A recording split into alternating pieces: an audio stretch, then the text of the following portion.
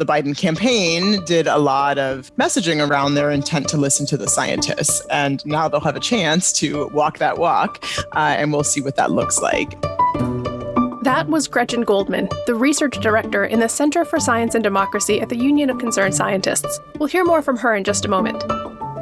The U.S. is abuzz as President-elect Joe Biden's team transitions into the White House and the Trump administration comes to a close. And many chemists are wondering how this changeover will affect things that they care about, like scientific integrity, the status of international students who want to study in the U.S., and trade policies. In this episode of Stereochemistry, we're going to call on experts to help us sort out what some of the key impacts may be. I'm your host, Kerri Jansen. For this episode, I brought aboard C&EN reporter Cheryl Hogue, who covers a wide range of national and international policy issues to help us get oriented to these potential changes. Welcome to Stereochemistry, Cheryl. Hi, Kerri. I'm excited to talk about the intersection of science and policy. So obviously, a presidential changeover can bring big changes in a lot of areas. What can you tell us about the likely impact on the world of chemistry? That's a big question. I talked to experts in federal science policy, in academic research, and in trade. These are some of the key areas forecasted to see changes in the Biden administration. Let's start with Gretchen Goldman at the Union of Concerned Scientists. It's a nonprofit science advocacy group. Gretchen sees the Biden administration having a different relationship with science than the current administration. Under Trump, we saw science attacked like never before. There were many ways that science was dismissed or sidelined or suppressed, and they will need to think about how to address those issues, how to build better systems so that those kinds of things don't happen in the future, even under an administration that isn't friendly towards science. And they'll need to tackle some of the substantive issues that intersect with science that have been neglected these past 4 years. There's lots they can do around everything from climate change to environmental justice, and they can play a big role in terms of providing leadership for science across the government, as well as coordinating across agencies. In addition to issues of environmental justice and the accessibility of federal scientists, which we'll get to in a moment, one of the big issues Gretchen sees ahead for incoming officials is reinforcing scientific integrity at federal agencies. 28 agencies had scientific integrity policies when we went into the Trump administration.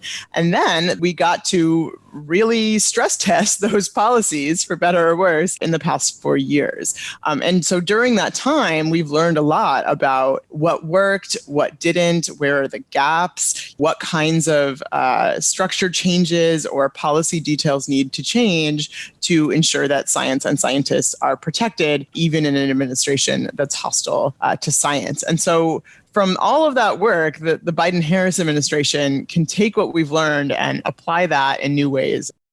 Gretchen also hopes for greater support from the Biden-Harris team for scientists who work for the federal government. That includes the top infectious disease specialist, Anthony Fauci, and scientists who work for the CDC, the Centers for Disease Control and Prevention.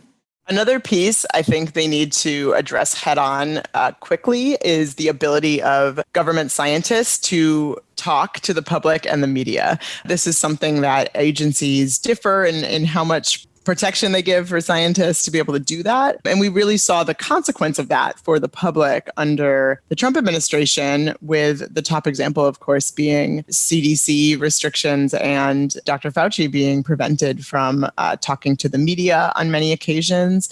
We know that that has direct implications for the public's ability to get scientific information about their safety. And so we really need to make sure that scientists are given the freedom to talk to the public, to talk to the media, that they do not need approval from political staff in order to do that. And I think that's something that they can move on quickly and just get it on paper and in practice that scientists have that right to communicate. Many of our listeners know that environmental justice was a major part of the Biden-Harris campaign platform. Gretchen sees room for action in this area across the government. There's a lot they can do, starting with just getting things moving again. But I also think about a lot of the things that didn't happen under the Trump administration. And one of those things was working on environmental justice and how to tackle the existing inequities in who is served by science, who is served by federal agencies. The EPA, Office of Environmental Justice, was very diminished under the Trump administration, both in terms of actual people working there and in terms of the work. We saw that issue deprioritized. And so we're now looking at a worsened inequity situation. So, Kerri, we do expect to see environmental justice as well as scientific integrity on the Biden administration's agenda. And I know another aspect of federal science policy has to do with whom the government is looking to for advice on scientific subjects. You've reported a lot on a controversial Trump administration move that limited who can serve as an external science advisor to the Environmental Protection Agency. That's right. That policy prohibited scientists who received grants from the EPA from becoming agency science advisors. The Trump EPA claimed these scientists had a financial conflict of interest. That move immediately disqualified a huge number of academic scientists, many of whom are top experts from the EPA's advisory panels. In their place, EPA boosted representation by industry scientists. Earlier this year, a federal court vacated the policy. It ruled that the agency may not categorically exclude EPA grant recipients from serving on advisory committees. But the membership of those committees hasn't changed much since that ruling. Gretchen told me she'd like to see a new lineup on 2 key panels of external scientific experts that the EPA consults with, the Science Advisory Board and the Clean Air Scientific Advisory Committee. Typically, these committees are longstanding science advice committees. They're not typically partisan. They are not political appointees. And yet we saw the Trump administration treat them as such. And that's not what these committees should be. It should be top scientific experts having the breadth, depth, and diversity of expertise that informs the agency. And speaking of academic scientists, universities around the country are concerned about the Trump administration's efforts to restrict immigration. It's shutting off the flow of foreign students coming to the U.S. to study. Yes, that's right. And that's what I discussed with Chris Kramer. He's a theoretical chemist who is the vice president for research at the University of Minnesota. It was very sobering for higher education this year that foreign student enrollments is down 40% in the United States. Now, some of that is attributable to the pandemic, and some of it is attributable to, the Trump administration having been reasonably unwelcoming in a number of its actions, including changes in duration of stay allowed on certain kinds of visas that could make graduate work quite difficult. And there obviously are needs for scientists and technologists in the United States. Chris thinks it's important for the U.S. to maintain its global reputation as a high-quality training resource. This is the place, if you are an international student, to really take your skills to the very top level and train. And if you choose to leave the United States afterwards, great. But if you choose to stay here, there will be opportunities, and we'll benefit from recruiting you on that basis. The problem is it's a market. There are good schools in Europe. There are good schools in Canada, Australia, Japan, you keep going. And so if we're not attracting that kind of talent, it's going somewhere else. So I am hopeful that the incoming administration, Biden-Harris administration, will roll back some of the more restrictive proposals, interpretations. None of it was lawmaking that came out of Congress. It was really coming out of agencies. In addition to a pipeline of students, Chris is keeping an eye on the policies that will indicate whether the new administration will foster academic entrepreneurs. The type of academic researchers who want to create commercial products, maybe work with industry, or launch their own companies.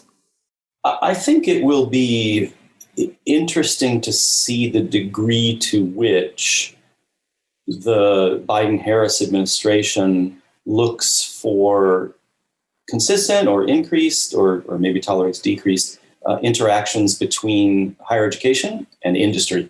Increasingly, a lot of faculty are entrepreneurial in their approach. I certainly have seen that over the course of my career.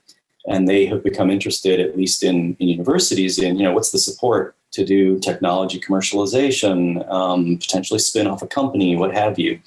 And in order to continue to attract those really creative faculty, it would be great to have resources put into place that could help bridge from that very basic discovery in the lab to permit faculty to pursue that, get them a little closer to the marketplace.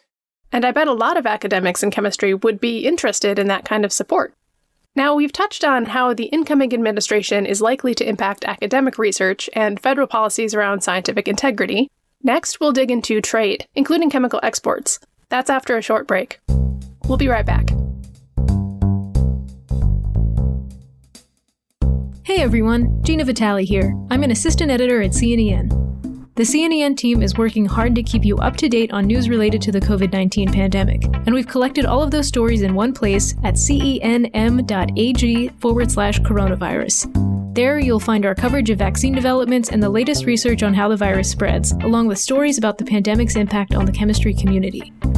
Again, you can find those stories and more at cenm.ag/coronavirus. All of that coverage is available for free. If you'd like to support our nonprofit journalism with a donation, you can do so at cenm.ag/donate. We'll post both those links in this episode's description. And now, back to the show.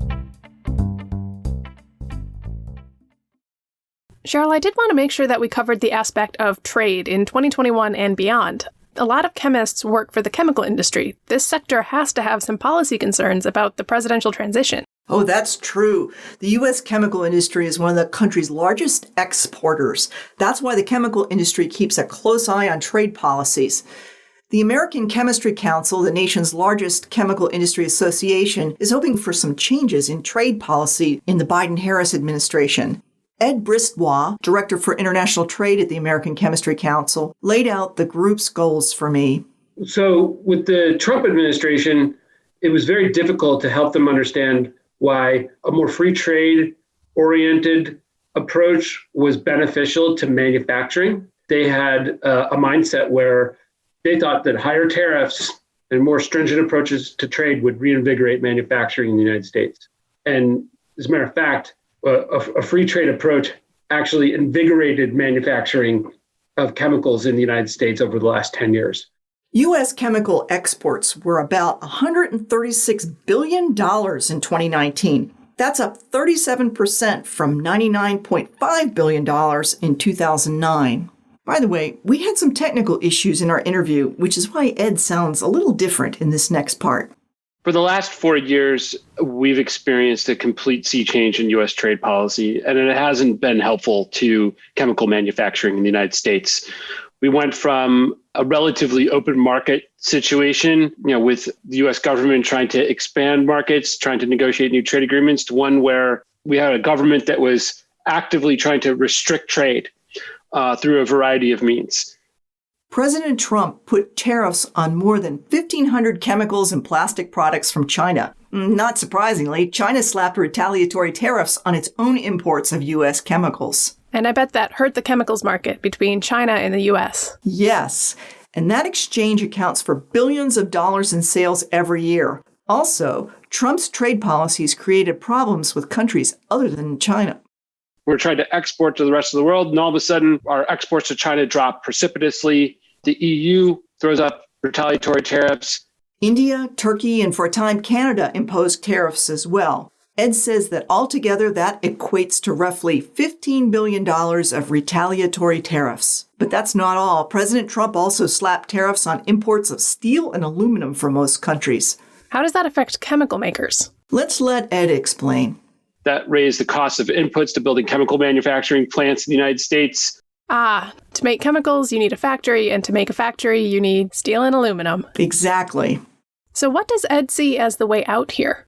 What we would advocate for the Biden administration to focus on is competitiveness of U.S. industries, using trade policy to bolster our competitiveness. And that means tariff elimination. It's high time for those tariffs to be reviewed and to really look at what the impact was on U.S. industry, not just our sector, but all the downstream sectors that rely on chemicals to innovate, to do business, to sell to other markets, to help the entire U.S. economy. We would hope that we return to the traditional U.S. trade policy process instead of trade policy by tweet. So something that's more predictable, normal, dare I say, even boring. Okay, so trade policy experts looking forward to a little less excitement. Apparently so. Isn't that a hoot? So when do you think we'll start seeing changes? Well, on some things, on Inauguration Day, January the 20th, Biden has said he'll take some actions on his first day in office through executive orders to federal agencies. Other changes will take longer, perhaps months or years. And I know that you'll be reporting on all those changes as they're implemented. And in fact, I believe the policy group is also working on a special report for early next year on this subject, what we can expect from the Biden administration. Is that right? Yes, that's right. We'll share that in C&EN on February 1st. And that report will cover any of those immediate changes that I've mentioned. Well, thanks for giving us a preview now. My pleasure. If you have questions for Cheryl about what we've discussed here today, or something you'd like to see covered in a future policy story, let us know about it. You can find Cheryl's direct email on our website, and you can contact Stereochemistry at CEN_multimedia@acs.org. This episode was written by Cheryl Hogue and produced by Kerri Jansen. That's me. It was edited by Jillian Kemsley and Amanda Yarnell. The music in this episode was Eminence Landscapes by Ian Post and Plain Loafer by Kevin MacLeod. Stereochemistry will be back in the new year with a new episode. Be sure to subscribe so you don't miss it. You can find us on Apple Podcasts, Spotify, and wherever you get your podcasts. Stereochemistry is the official podcast of Chemical and Engineering News, which is published by the American Chemical Society. Thanks for listening.